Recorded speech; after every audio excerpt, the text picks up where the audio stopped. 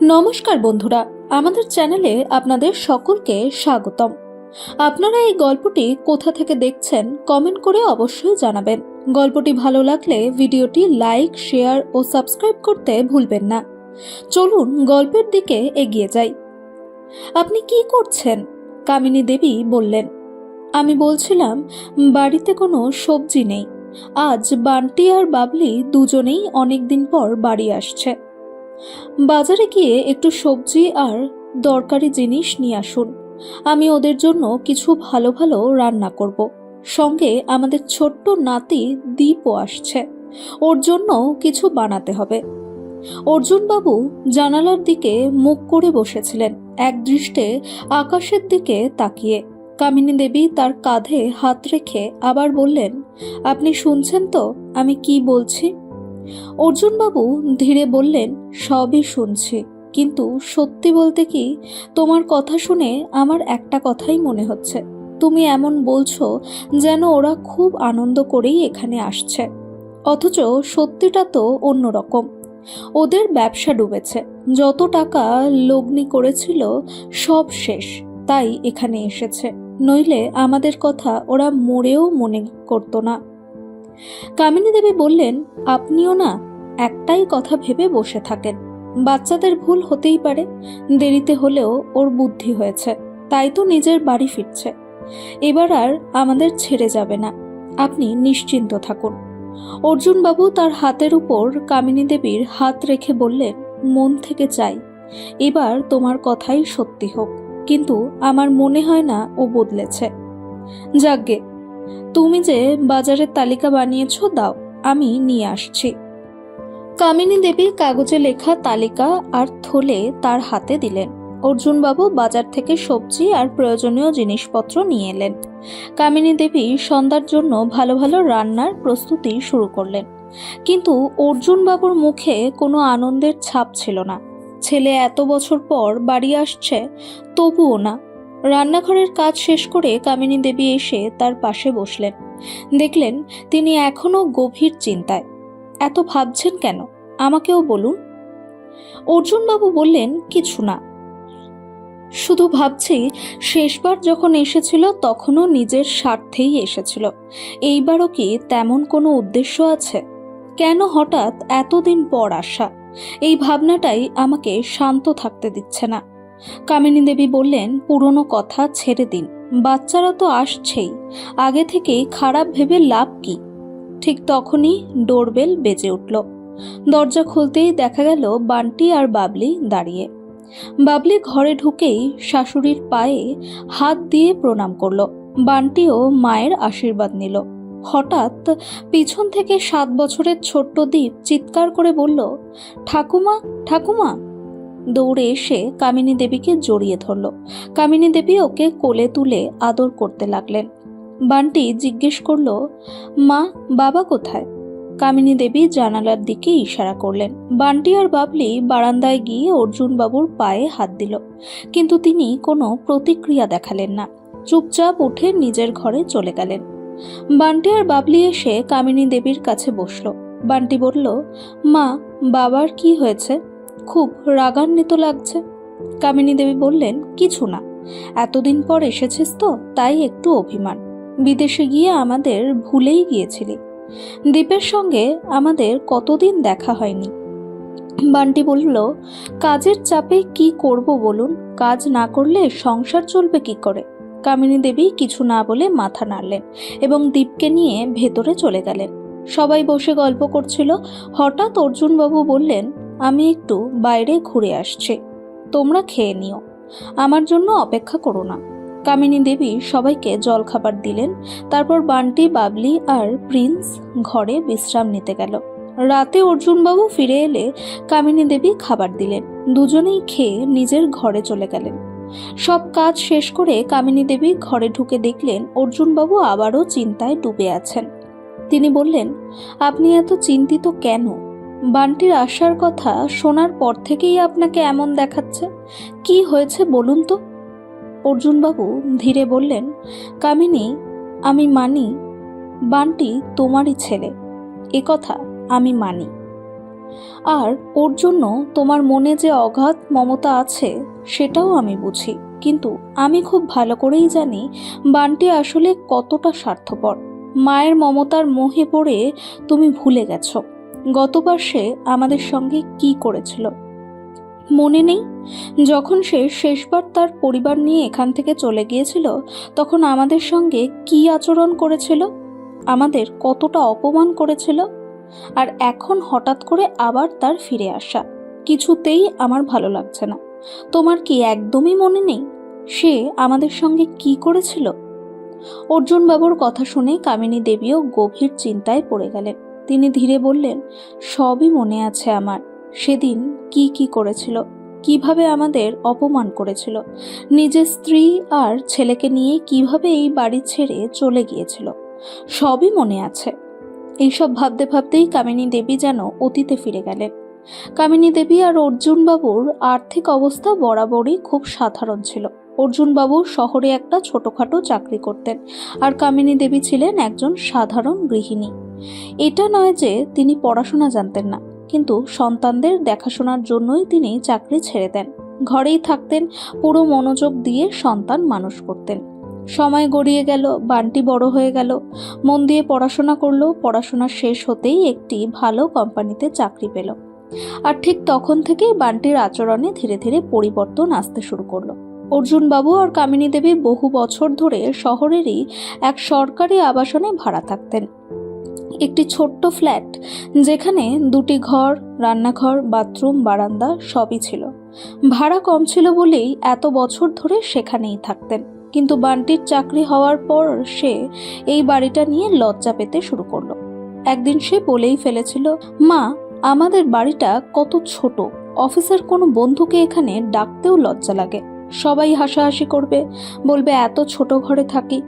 কামিনী দেবী সেদিন খুব শান্তভাবে বলেছিলেন, কোনো কথা না বাবা, আর একটু সময় দে, হয়তো ঈশ্বর আমাদের কথা শুনবেন, আমরা একদিন বড় বাড়িতে উঠব। কিন্তু বান্টি গত 2-3 বছর ধরে একই কথা শুনে আসছিল। সেদিন কিছু না বলে উঠে চলে গিয়েছিল।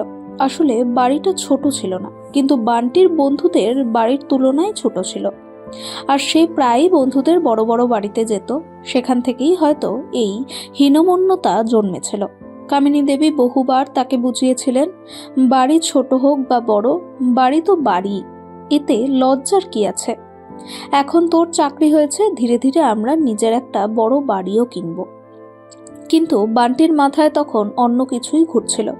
এরই মধ্যে তার বিয়ের কথা উঠল। তখন বাবলিকে বান্টির পছন্দ হলো। কিছুদিনের মধ্যেই তাদের বিয়ে হয়ে গেল। বাবলি এ বাড়িতে বউ হয়ে এলো। বাবলি আসার পর বান্টির আচরণ যেন আরও খারাপ হতে লাগলো। যদিও বাবলি সবার সঙ্গে স্বাভাবিক ব্যবহারই করত। একদিন ছোট্ট একটা বিষয় নিয়ে বাবলি আর কামিনী দেবীর মধ্যে তর্ক বেঁধে গেল। সেই সময় অফিস থেকে বান্টি ফিরল। ঘটনাটা শুনেই সে মায়ের সঙ্গে উঁচু গলায় কথা বলতে শুরু করলো। কথা বাড়তে বাড়তে বান্টির রাগ আরও বেড়ে গেল। চেঁচামেচির আওয়াজ শুনে অর্জুন বাবু সেখানে এসে পৌঁছলেন। তিনি যখন দেখলেন ছেলে তার মায়ের উপর চিৎকার করছে, তখন তিনি বললেন, এইটা কিভাবে কথা বলছিস তুই? মায়ের সঙ্গে কথা বলার কোনো শিষ্টাচার নেই তোর? কিন্তু তাতেও বান্টি থামল না। সে বাবার সঙ্গেও দুর্ব্যবহার শুরু করলো। কথা এমন জায়গায় পৌঁছলো যে বান্টি একসময় নিজের বাবার গায়ে হাত তুলে বসলো। সেই দিনের পর থেকেই অর্জুন বাবুর মনে ছেলের প্রতি ভালোবাসা প্রায় শেষ হয়ে গিয়েছিল। তারপর বান্টি নিজের স্ত্রী আর ছোট ছেলেকে নিয়ে এই বাড়ি ছেড়ে চলে গেল। শহরেরই এক ভালো এলাকায় ভাড়া বাড়ি নিয়ে তারা থাকতে শুরু করলো। 5 বছর আগে করোনার সময় বান্টির চাকরি চলে গেল। খাওয়ার টাকাও জুটছিল না। তখন সে পরিবার নিয়ে আবার বাবা মায়ের কাছে ফিরে এসেছিল। সেই সময় কামিনী দেবী খুব খুশি হয়েছিলেন। তিনি ভেবেছিলেন, এইবার আমার ছেলে ফিরে এসেছে, এবার আর যাবে না। কিন্তু সেটা ছিল তার সবচেয়ে বড় ভুল। বান্টি এসেছিল শুধু নিজের প্রয়োজনে, কারণ তখন তার আর কোনো আশ্রয় ছিল না।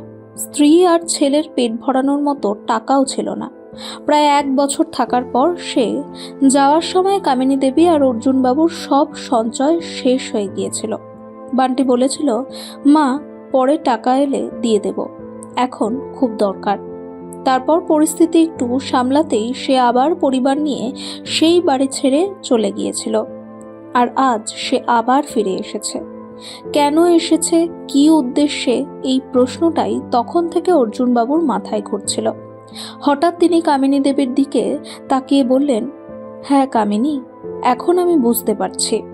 কারণ আমরা আর সেই ছোট বাড়িতে থাকি না, এখন তো আমরা নিজের বড় বাড়ি কিনে ফেলেছি, তাই না?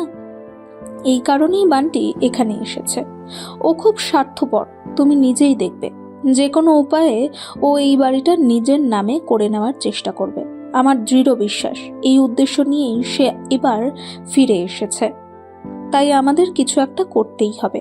কামিনী দেবী সঙ্গে সঙ্গেই প্রতিবাদ করে বললেন, আপনি আমার ছেলেকে ভুল বুঝছেন। ও নিজের ভুল বুঝতে পেরেছে বলেই আমাদের কাছে এসেছে। এই কথাটা নিয়ে দুজনের মধ্যে তর্ক শুরু হয়ে গেল। অবশেষে অর্জুনবাবু বললেন, ঠিক আছে, তুমি যা বলছো সেটা যদি সত্যি হয় তাহলে আমরা আমাদের সবকিছু নিজের ইচ্ছায় বান্টির নামে করে দেব। কিন্তু যদি তা না হয় তাহলে একটা ফুটো করিয়েও আমরা তাকে দেব না। এই শর্তে তুমি রাজি তো? কামিনী দেবী এক মুহূর্তও না ভেবে সম্মতি জানালেন।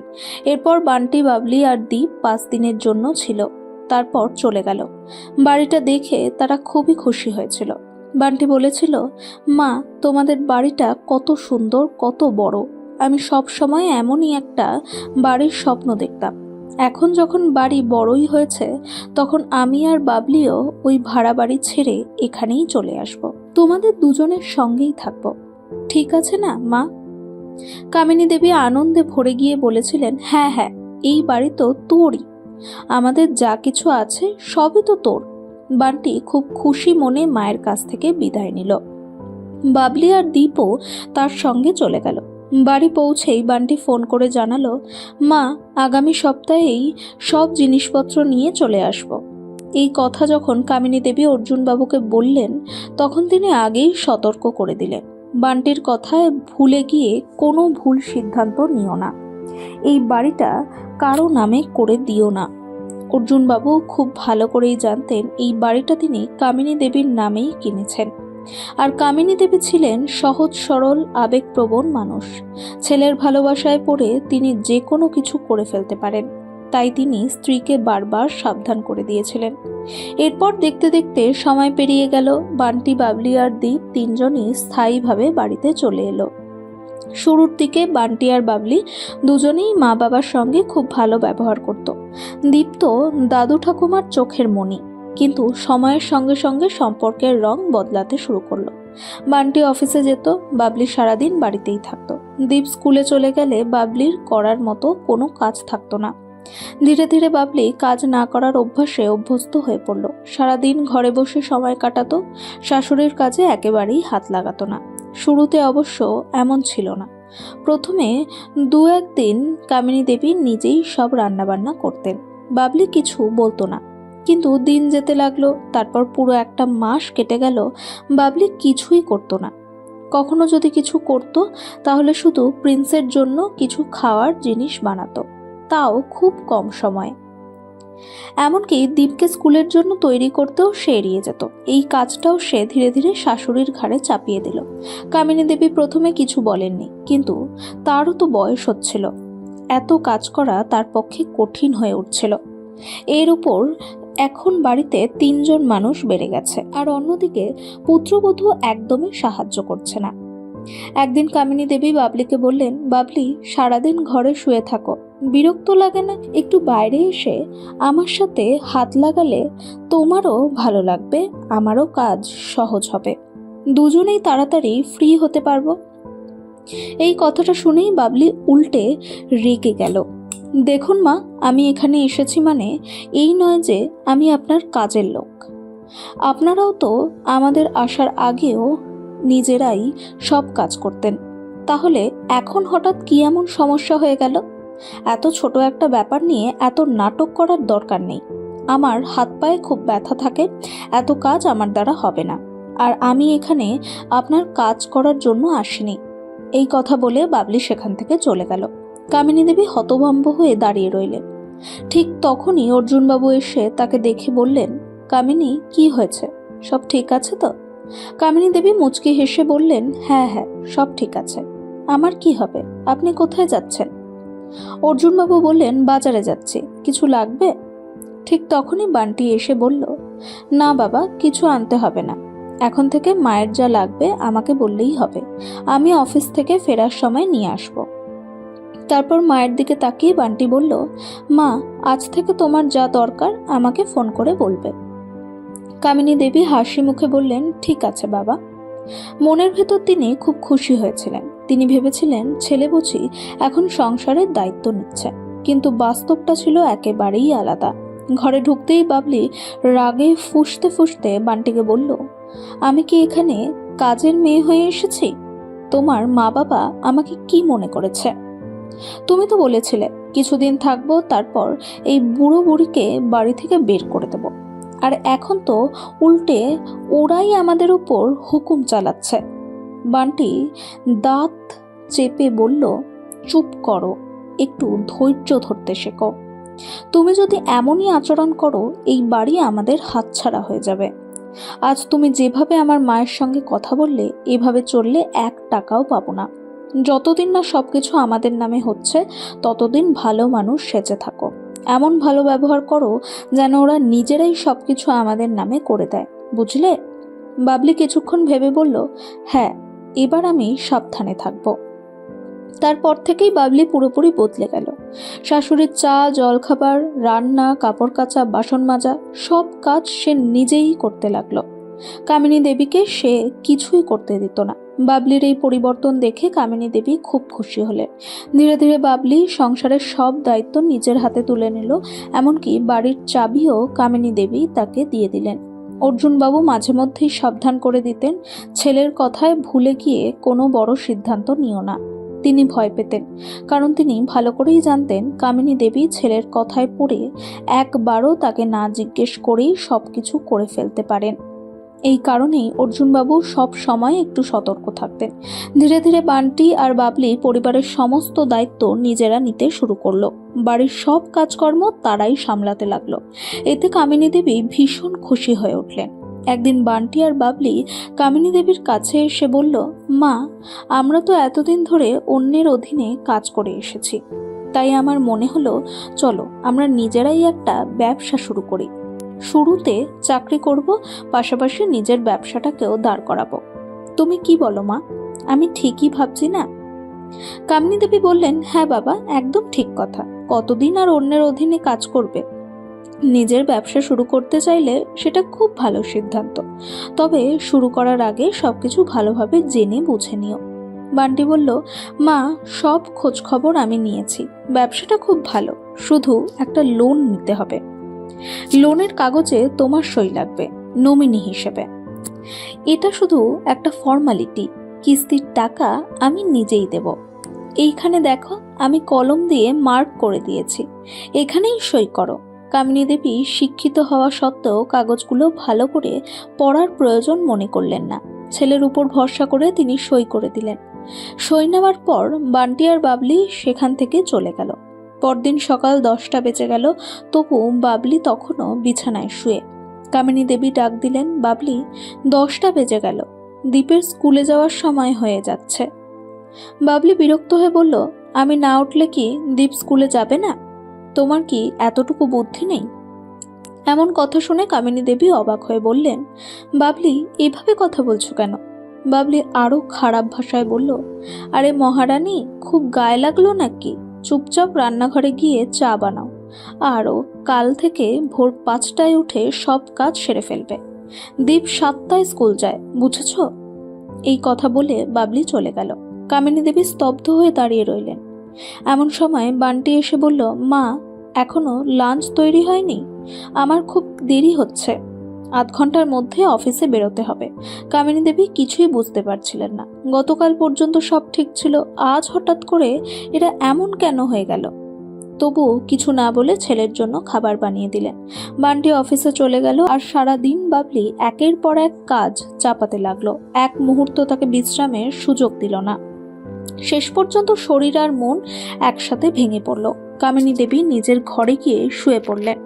পিছন পিছন বাবলি এসে চিৎকার করে বলল, কাজ নেই নাকি? এখানে শুয়ে আছো কেন? কামিনী দেবী এবার দৃঢ় স্বরে বললেন, বাবলি, তুমি আমার সঙ্গে এভাবে কথা বলতে পারো না। আমি তোমার কাজের লোক নই। আমার ইচ্ছে হলে আমি কাজ করব, ইচ্ছে হলে বিশ্রাম নেব। বাবলি ঠোঁট বাঁকিয়ে হাসল। আজ থেকে তুমি আমার কথাতেই চলবে। তুমি এখন আমারই কাজের লোক। এই কথা শুনে কামিনী দেবীর বুকটা কেঁপে উঠল। অর্জুনবাবু সব শুনছিলেন, কিন্তু তিনি চুপ করেছিলেন। সন্ধ্যায় বান্টি অফিস থেকে ফিরে এলো। বাবলি কিভাবে যেন সব উল্টোভাবে বলল। রাগে ফুঁসতে ফুঁসতে বান্টি বাবা মায়ের ঘরে ঢুকে চিৎকার শুরু করলো। 8 বছর আগে যেমনটা হয়েছিল আজ আবার সেই দৃশ্য। কথা বাড়তে বাড়তে বান্টি মায়ের দিকে হাত তুলল। ঠিক তখনই পিছন থেকে অর্জুনবাবু তার হাত ধরে ফেললেন। জোরে ধাক্কা দিয়ে বললেন, খবরদার, আমার স্ত্রীর গায়ে হাত তুলবি তো? বান্টি আরো হিংস্র হয়ে বলল, তাহলে তোমার পালাও এসেছে। অর্জুনবাবুর লাঠি তুলতেই বান্টি চিৎকার করে বলল, বুড়ো ছুলেও তোমাদের রাস্তায় নামিয়ে দেব। এই কথা শুনে কামিনী দেবী কেঁদে ফেললেন। বান্টি বলল, এই বাড়িতে থাকতে হলে কাজ করতে হবে, না হলে বেরিয়ে যাও। এই কথা বলে সে বাবা মাকে ধাক্কা দিয়ে বাইরে বের করে দরজা বন্ধ করে দিল। কামিনী দেবী কাঁদতে কাঁদতে বললেন, আমাকে ক্ষমা করুন, আপনার কথা আমি শুনিনি, এটাই আমার সবচেয়ে বড় ভুল। অর্জুনবাবু শান্ত হয়ে বললেন, চিন্তা করো না, আমি আছি। কিছুক্ষণের মধ্যেই পুলিশ এসে দরজায় কড়া নাড়ল। বান্টি চেঁচালো, আবার এসেছো কেন? পুলিশ বলল, বাড়ি দখল করাও অপরাধ। বান্টি কাগজ দেখাতে গেল। সেগুলোই ছিল কামিনী দেবীর কাছ থেকে প্রতারণা করে নেওয়া কাগজ। কামিনী দেবী কেঁদে বললেন, তুই তো বলেছিলি লোনের কাগজ, এগুলো তো বাড়ির দলিল। অর্জুনবাবু আসল কাগজ দেখালেন। তার আইনজীবীও এসে পৌঁছলেন। বান্টি ও বাবলিকে প্রতারণার অভিযোগে গ্রেফতার করা হলো। পরে দ্বীপের কথা ভেবে তাদের মুক্তি দেওয়া হলো, কিন্তু শর্ত একটাই, আর কখনো এই বাড়ির ধারে কাছেও তারা আসতে পারবে না। আজ বান্টি অন্যত্র ভাড়া থাকে, আর অর্জুনবাবু কামিনী দেবী নিজেদের ঘামে গড়া বাড়িতে শান্তিতে থাকেন। বাড়ির একাংশ ভাড়া দিয়ে নিজেদের খরচ চালান। তারা এখন অনাথ শিশুদের পাশে দাঁড়ান। প্রতি রবিবার আশ্রমে গিয়ে খেলনা, জামাকাপড়, মিষ্টি বিলিয়ে আসেন। তাদের বিশ্বাস, এমন সন্তান থাকার চেয়ে নিঃসন্তান থাকাই ভালো। বন্ধুরা, আশা করি গল্পটি আপনাদের ভালো লেগেছে। ভালো লাগলে ভিডিওটি লাইক করুন। চ্যানেলে নতুন হলে সাবস্ক্রাইব করে বেল আইকনে চাপ দিতে ভুলবেন না। ধন্যবাদ।